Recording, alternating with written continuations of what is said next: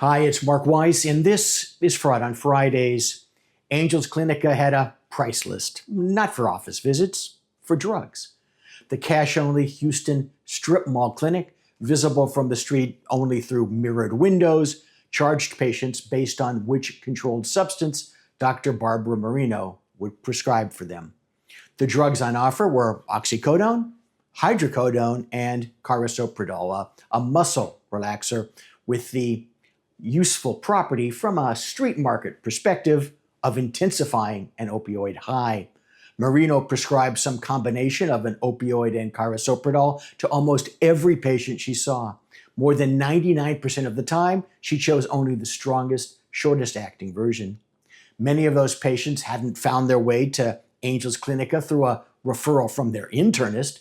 They were brought in by street-level drug dealers, crew leaders, and runners in the language of the indictment, who transported patients to the clinic, waited while Marino wrote prescriptions, filled those prescriptions at Houston area pharmacies, and then sold the pills on the street.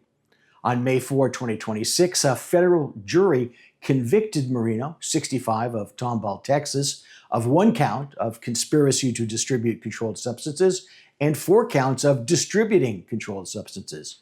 She faces up to 20 years in prison on each of those counts. There are pill mills, and then there are power pill mills. What makes this one worth a few minutes of your time is the efficiency of it. The clinic wasn't complicated. There were no elaborate billing schemes, no telemedicine company producing false orders, no marketing firm chasing physician signatures, just a doctor, a prescription pad, a price list, and a reliable supply of patients delivered by people with a financial interest in keeping the pipeline moving. A few things for you to consider. First, a prescribing pattern that looks the same for 99% of patients is not clinical judgment, it's a production line. Federal prosecutors know the difference. You see the same thing in practices that prescribe the exact same set of diagnostic tests for every single patient, like psychiatrists who urine test everyone.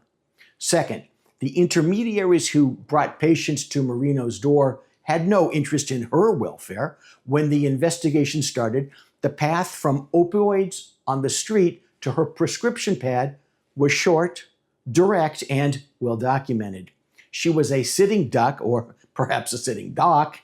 Third, when the clinic's name is the most ironic thing about it, you may already be past the point where legal advice does much good.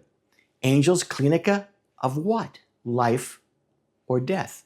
Stay tuned. There's always more fraud to unpack next Friday.